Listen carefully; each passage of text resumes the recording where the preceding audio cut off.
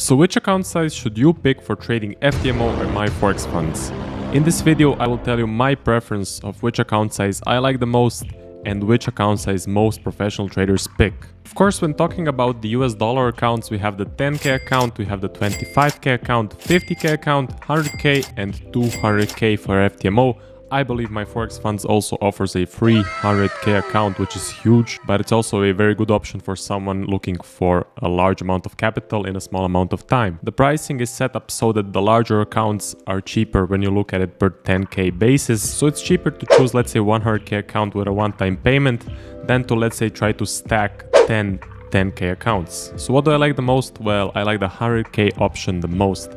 And all of the professional traders that I'm surrounded with, that I'm working with, and that I know that are consistently profitable and extracting large amounts of money from the markets also prefer the 100K account. I would say almost 90% of them go for the 100K. They don't even bother with the lower account sizes, and they usually don't choose the 200 or the 300K, especially if this is their first time getting a funded account. So the 100K account gives you the best value while not being too expensive. The issue with, let's say, passing a 10K challenge is that the money that you can extract from the markets with a 10K account, well, it's very little and it's definitely not enough to live on. It's basically just enough to cover some basic expenses.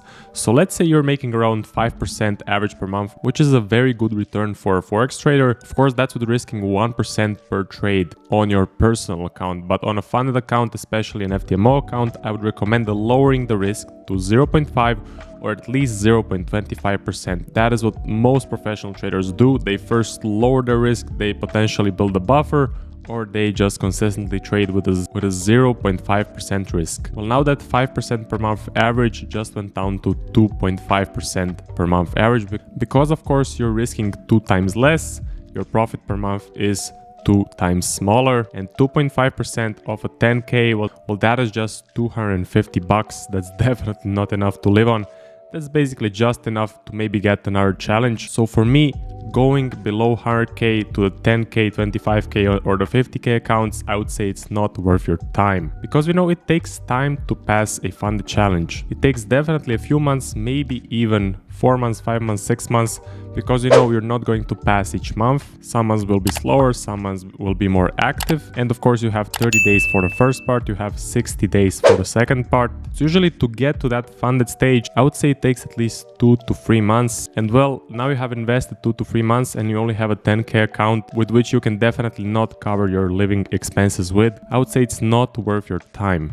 So it would take you at least 1 year, maybe even a few years to actually stack those smaller accounts to reach the 100K account level. So maybe get 10K accounts, it would take you a lot of time. Whereas you can just purchase the 100K challenge from the start, pass it maybe 2 to 3, maybe even 4 to 5 months, depending on the market conditions, of course, depending on how long it took you for the first stage or the second stage. But once you pass, let's say you're making 2.5% per month average with 0.5% risk, that is $2,500 per month. Of course, FTMO takes their part, so you're left with 80%. You're left with around $2,000, and that is definitely enough to live on. It's enough to cover expenses, and it is enough for you to potentially go full-time, maybe lower your working hours in your full-time job, or just quit your job altogether, which I would also not recommend. I would say you need to build at least a 1 to 2 year track record before even thinking about quitting your job. Otherwise, the slow periods will come, you will start taking losses, and it's just gonna end badly. So I definitely don't advise quitting your job after you pass a funded challenge. So yeah, 20K, 50K,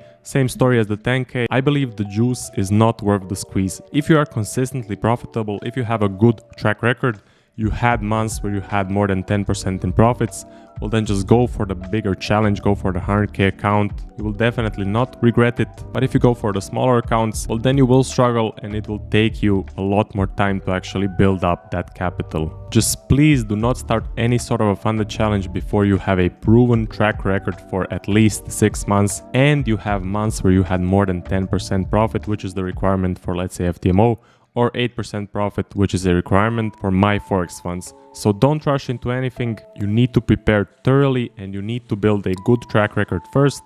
Otherwise, you will just be blowing challenges and you will be blowing a whole bunch of money on these challenges. Okay, so why not go for the bigger accounts? Why not go for the 200k or the 300k from the start, get that huge funding and just get it over with as soon as possible? Well, because the fee on these bigger accounts is just huge, and as I said, we won't be able to pass the challenge each month. Maybe 1 month will pass, maybe 1 month we will fail, and I'm not gonna lie to you, it takes a few tries to pass a challenge. Most professional traders failed their first one, passed their second one, or they failed 2 challenges and then they passed their third one. You can imagine paying a fee 1 month for $1,000, failing, then paying $1,000 for the next month, failing, and then needing to pay another $1,000. Most people don't have that sort of money. While paying the $500 fee for the 100k challenge, well, that's acceptable. I believe that's not going to break the bank for most people, and that most serious traders can afford this fee, especially if they have been trading live and maybe building up some of their personal capital. So I would say that fee is acceptable. And if you fail maybe your first one, your second one, well, it's not going to break the bank completely, and you should still be able to afford the $500 fee for, let's say, your third month. So you have to think about these things in the long run. You have to think about it in months, in quarters, maybe even in years. You have to think about how much capital you have to spend on these challenges, and you have to think about how much time it will actually take you to build the capital and achieve the monthly income figure that you need to cover your living expenses. The thing is, once you pick an account size, you need to stick to it. So that is a major issue that I had. So for my first try, I actually picked the 100k account, failed it, and then psychology kicked in. I actually got scared and picked a 50k account for my next challenge, passed that one. Now I actually had a 2 times smaller account, so the profits were much smaller, and I believe it was a big mistake of not just sticking to a 100k account, no matter if I failed the first try, second try, and then potentially passed on my third try. In this case, I actually would have passed on my second try and get the 100k account if I just stuck to my plan. So no matter which account size you pick, just stick to it. You know you are consistently profitable, you know that those huge profit months will come, and you know that eventually you will be able to pass. But if you get scared and you lower the account size, well, now you're messing with your plan, and it will take you much more time to achieve your income goals, of course. So to sum up, I would definitely advise going for the 100k account. That is what most professional traders pick. It's just the best ratio of affordability and account size. Once you pass, you should be making around $2,000 per month average, and you should be able to cover your living expenses with that sum. I would say don't go for the bigger accounts. The fee is very, very large unless you have big money to spend. So stick to the 100k, maybe pass your first 100k, your second 100k, and then use the profits to actually go for the bigger accounts. That is always an option, and that is also what most professional traders do. So they pass their first 100k, they make some nice profits, and then they save up for the 200 or the 300k to get that max funding as soon as possible. For the traders that are still on the road to consistency and they're thinking about doing, let's say, these smaller accounts, 10k, 25k, just to see how it works and maybe getting some small funding, I would say don't do it. It's a waste of money and you will get discouraged because you will keep failing these accounts. What you should be doing, you should be building a good track record on your personal account, and you should be doing a demo FTMO challenge. That is for you. You might think, what's $100 or $200 for these smaller funded accounts? I might just try one. You're definitely not doing yourself a favor, and it will create problems for you in the future, because I'm 90% sure that you will fail those accounts, and that will definitely have a big impact on your psychology. So save yourself these losses, build a good track record, focus on your personal account, and focus on FTMO demo. That's why the demo trading is there. That is my advice for the traders looking at the smaller accounts who are not yet at that level to start an actual big funded account. So if you're wondering what my formula